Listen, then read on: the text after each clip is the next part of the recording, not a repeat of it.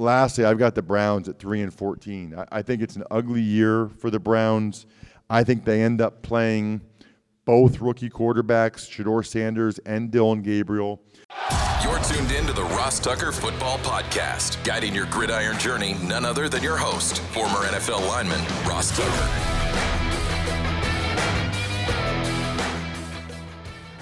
Oh, yeah, it is. But it's not just any Ross Tucker Football Podcast. It is a Monster Monday. It's a new week, and it's prediction time.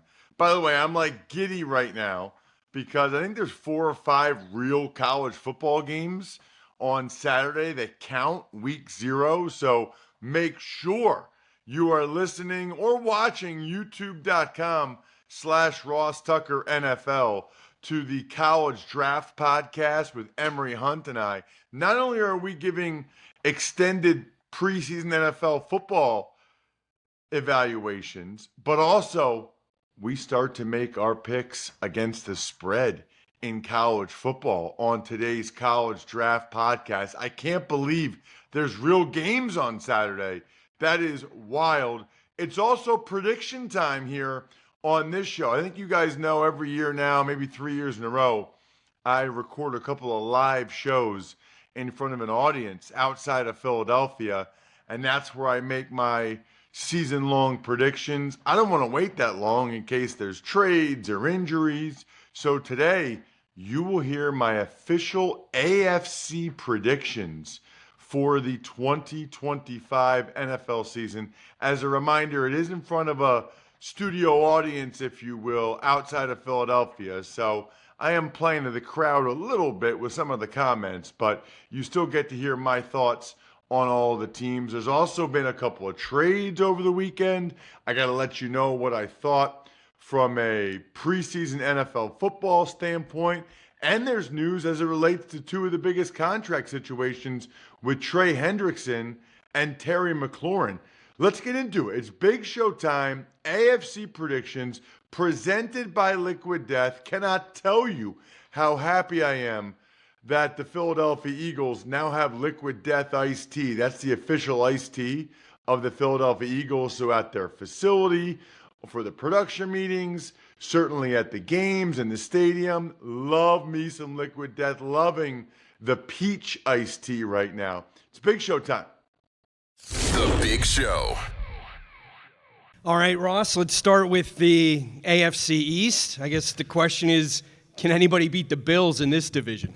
No, definitely not. I mean, I would be really, really surprised this year. I think you could have made an argument last year that maybe somebody like the Jets with Aaron Rodgers could have stepped up and been better than the Bills. I would really be surprised if that happens this year. You know, I think I've said this before. I know I have on the show. I think I've said it before live here at Soul Joel's.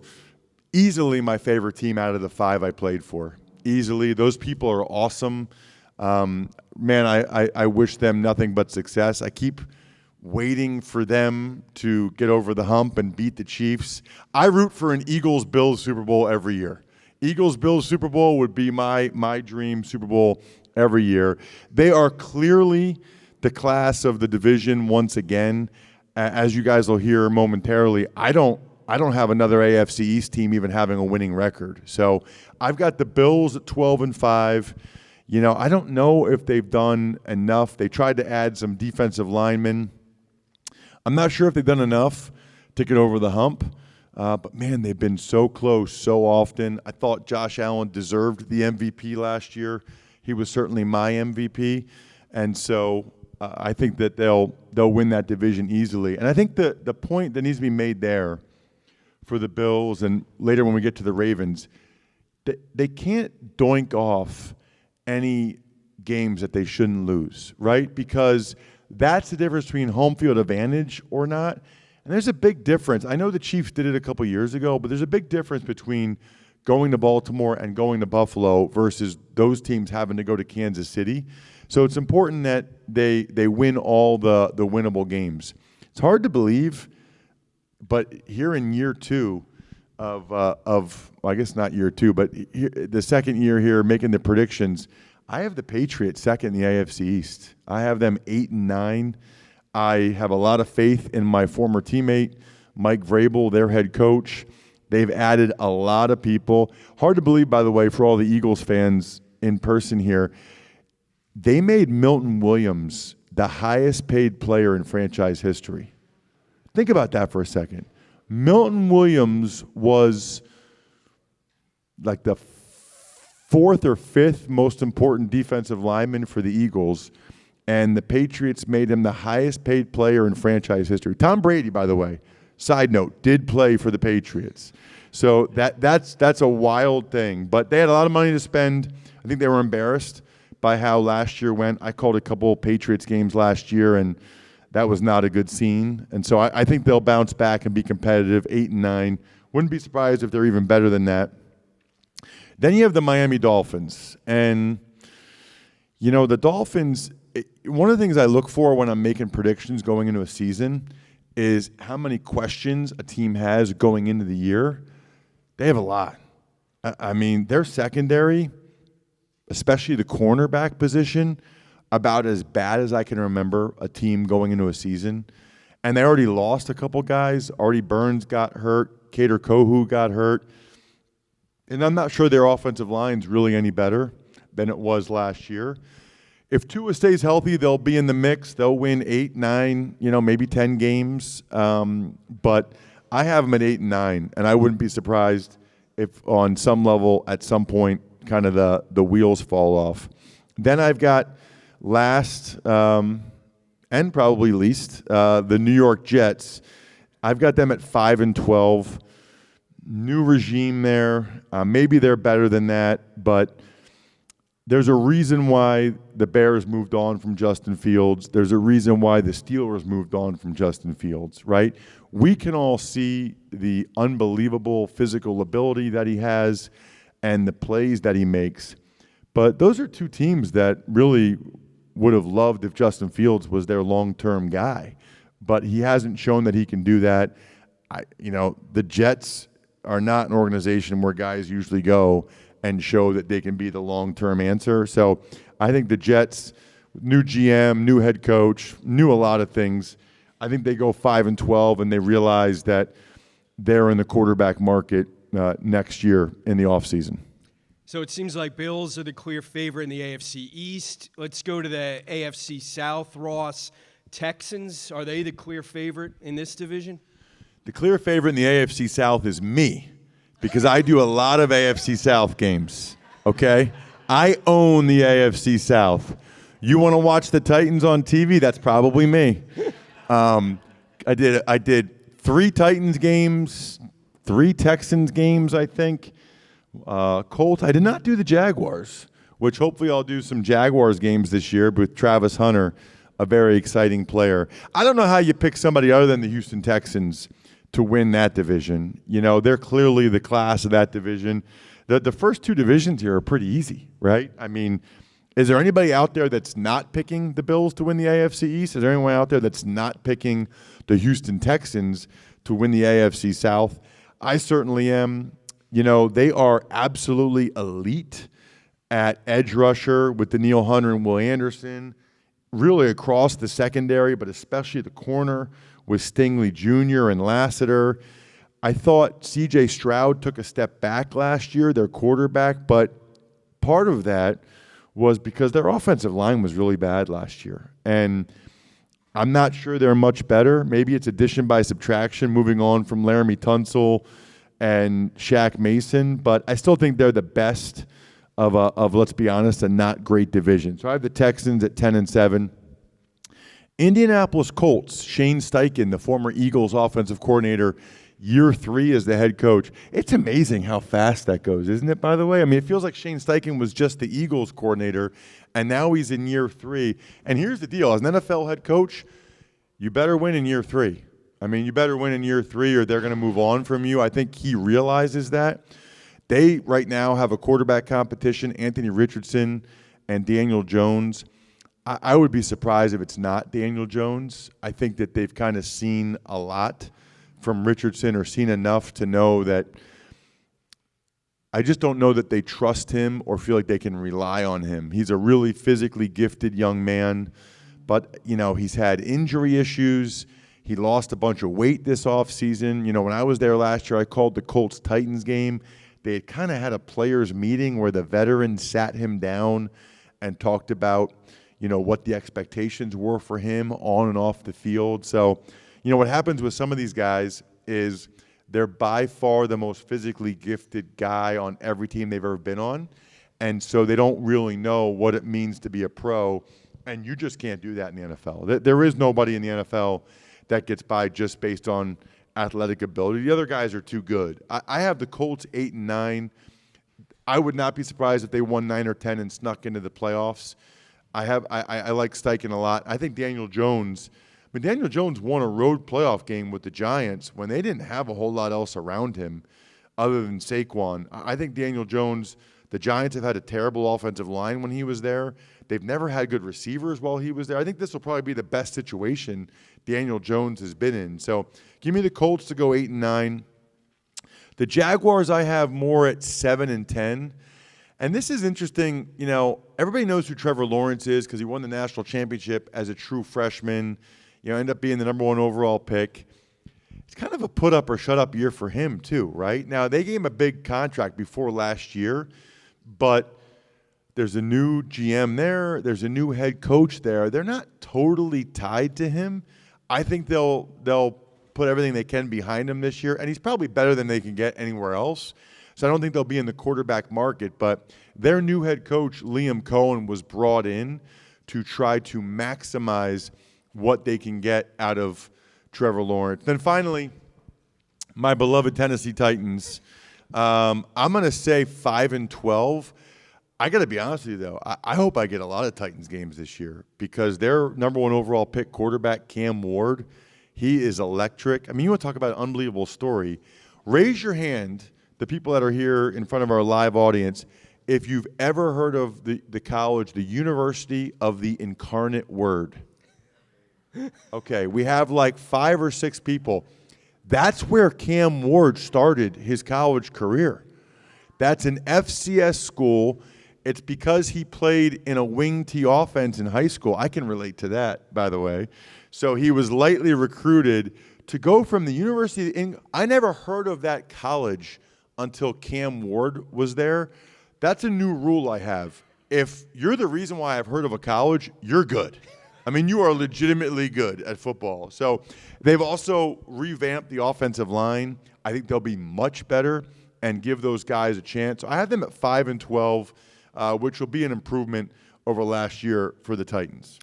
AFC North up next. Last year, this division had 3 teams with winning records. Could that happen again, Ross? Yeah, because I think the Ravens and Bengals probably both make the playoffs, and the Steelers, they've never not had a winning record. So I think the Ravens are unbelievably talented. Pretty much everything I said about the Bills, you can say about the Ravens, although I think the Ravens are even more gifted. You look at some of the statistics, and we talk about this on the Even Money Betting podcast a lot. The Ravens were statistically the best team in pro football last year. I mean, they were dominant on both sides of the ball. They find a way to lose games they shouldn't. I called their game middle of the year when they played in Cleveland against the Browns. Jameis Winston was getting the first start for the Browns, and the Ravens lost. Can't lose games like that. Because then in January, you're playing in Buffalo instead of home against Baltimore, or you're playing in Kansas City. But they have pretty much as good of a roster as anybody else out there. They have as good of a coach, good of a quarterback. You know, I would think that one of these years, the Ravens and the Bills are going to break through. I don't know if it's this year, but I think they're the best team in the AFC North. But I have them at 11-6 just because they have a tendency every year to lose a game or two that they shouldn't, and their division's really tough. The second team in the AFC North I've got is the Cincinnati Bengals, and we're recording this the night before the Bengals host the Eagles in the preseason opener. I'm really looking forward to seeing Joe Burrow and the Bengals play against the Eagles starters. By the time you guys hear this, that will have already happened. I did not get permission from my daughters to let Joe Burrow know that they think he's cute. I got denied on that, so I will not be able to tell Joe Burrow, although this is in a public forum, so I guess I just did, if it gets back to him. They're way too young for you, Joe, way too young for you. He's kind of got that Macaulay Culkin Home Alone, face going for him.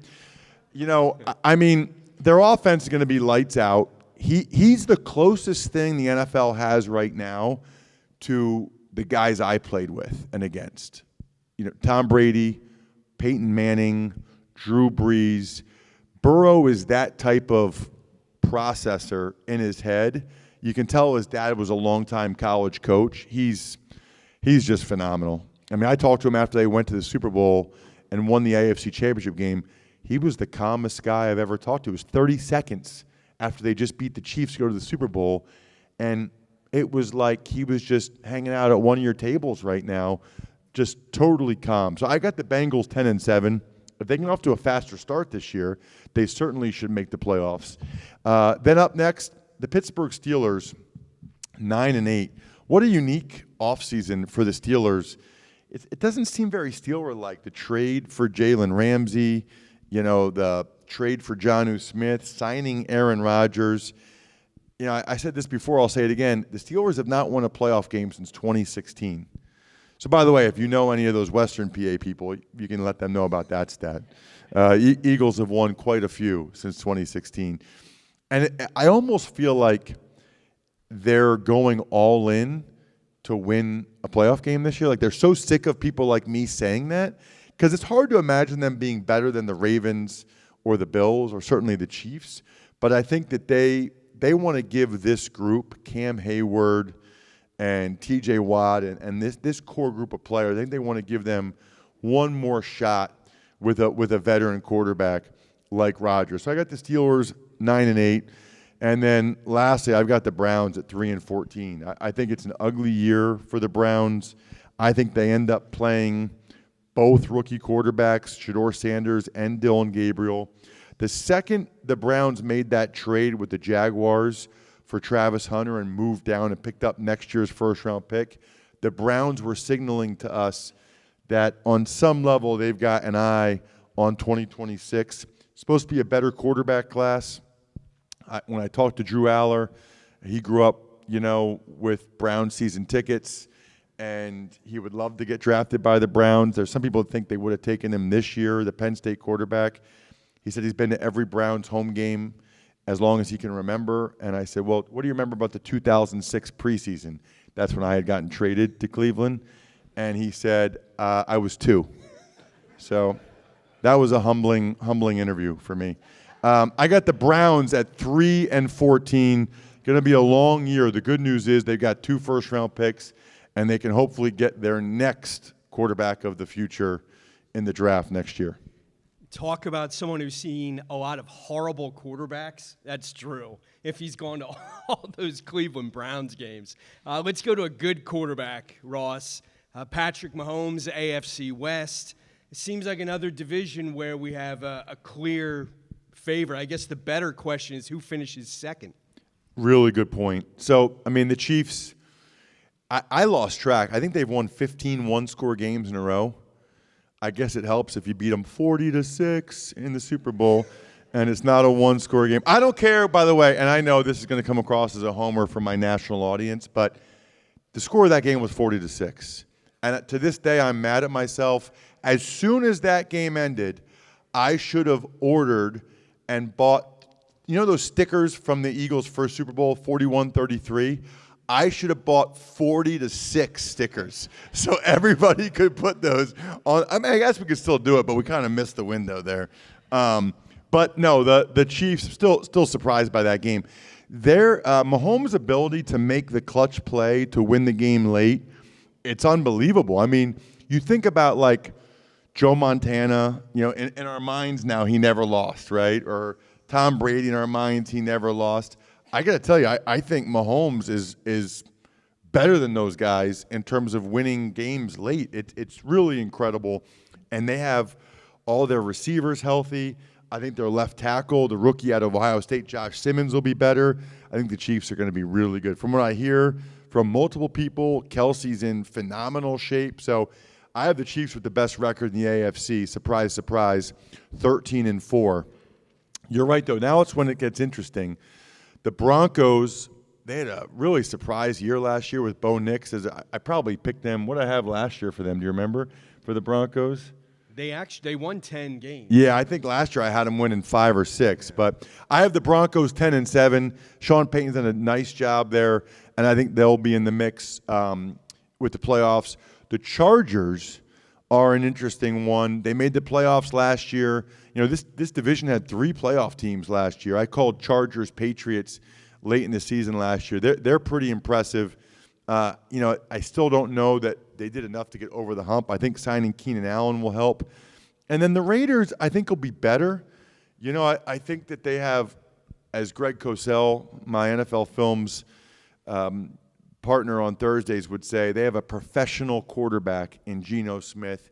And with Pete Carroll, they're in it to win it this year. I think, you know, it's funny that the Raiders have a commitment to excellence. It feels like the motto for the Raiders with all the veterans they've signed this year is commitment to competence or commitment to respectability. I think they know they're not really going to be that good, but I think they just want to start to win some games and get back on track. So I've got them at 6-11. So those are the records for the teams across the board. So you got the Bills winning the AFC East, Ravens AFC North, Texans AFC South, the Chiefs AFC West. The wild card spots go to the Denver Broncos, the Cincinnati Bengals, and the LA Chargers. So the Steelers lose out on a tiebreaker. I didn't get that far to know how the Chargers at 9-8 beat the Steelers at 9-8 for a tiebreaker. You're going to have to trust me on this. But the Chargers win the tiebreaker. And so that's who I have in the AFC playoffs. And then let me just say this too, just as a caveat. Anytime I do anything like this, I am telling you where I would put my money. I'm telling you what I really think is the most likely scenario. I try not to be a homer with my picks. You know, I try to just say, like, if someone was betting on this or what I think is most likely to happen, and what I think is most likely to happen, especially the way it played out here, is that the Chiefs are going to the Super Bowl again. If they're 13-4, if they're the number 1 seed, they get the bye. They only have to win 2 home playoff games. I'm not betting against them. I'll believe that the Bills or the Ravens do it when I see it. I've got the Chiefs in the Super Bowl against, stay tuned for the NFC episode. All right, let's dive into the news, but first. So I love when you guys send me pictures of your Labatt Blue or Labatt Blue Light that you're drinking or Labatt Blue Light Lime. Just make sure you're racking up the points with it, right? If you're going to snap a photo of the beer, snap a photo of the receipt, upload it instantly to rewards.labattusa.com. It's free to sign up. It's called Buy Beer, Get Gear. You're literally just buying the Labatt you would buy anyway and then getting free merch as a result. Rewards.labattusa.com. Tuck's Takes. All right, Ross. Chiefs receiver Rashee Rice, he's having a disciplinary hearing on September 30th. Meanwhile, Browns running back Quinshon Judkins, he's not going to be facing charges. I'm a little surprised that after that Judkins ruling that the Browns haven't signed him yet. Maybe they're waiting to hear whether or not the league will come down on Judkins. I have to be honest with you, I know Mike Florio from Pro Football Talk's been all over this. I don't really understand why Rashee Rice's hearing isn't until September 30th. I mean, he pled guilty the same day Jordan Addison did a while ago. If you're going to have a disciplinary hearing, have it before the season. Like, I don't really understand that. We've got some trades. The Eagles, they trade tight end Harrison Bryant to the Texans for John Mechie. They also swapped draft picks in that deal. And the Jaguars, they're trading center Luke Fortner to the Saints for defensive tackle Kalen Saunders. And Cincinnati, they're now listening to offers on Trey Hendrickson. I'm going to make that my Labatt Take of the Week. Brought to you by Labatt. With Labatt, you can buy beer, get gear, go to their website, snap a photo of your receipt, upload it to gain points towards exclusive merch, any size, any product, anywhere you're buying Labatt. Sign up at rewards.labattusa.com. I don't know what to say about the Bengals at this point. On the one hand, I'll believe a Trey Hendrickson trade happens when I see it. On the other hand, it's just hard to really take them seriously as a Super Bowl contender if they're going to trade away one of the best defensive players in the league. Now, maybe they say, hey, we had one of the worst defenses in the league with him. We can have one of the worst defenses in the league without him. But isn't that why you brought in a new defensive coordinator? Really, really hard to argue that they would be better without Trey Hendrickson. And if they do trade him, that's tough to swallow for the players on that team and the fans. As for these other trades, this is what happens sometimes, Jack, this time of year. A lot of times these guys that are being traded are guys that probably were going to get cut by the teams that are moving on from them. Meanwhile, the Commanders, their receiver Terry McLaurin, he is off the PUP list. We got to find out more about that. They say it's not contractually related. I tend to doubt that. I tend to think that he will get a new deal soon if he's going to go out there. As for the preseason games, we'll certainly talk more about this with Greg Cosell later in the week, Jack.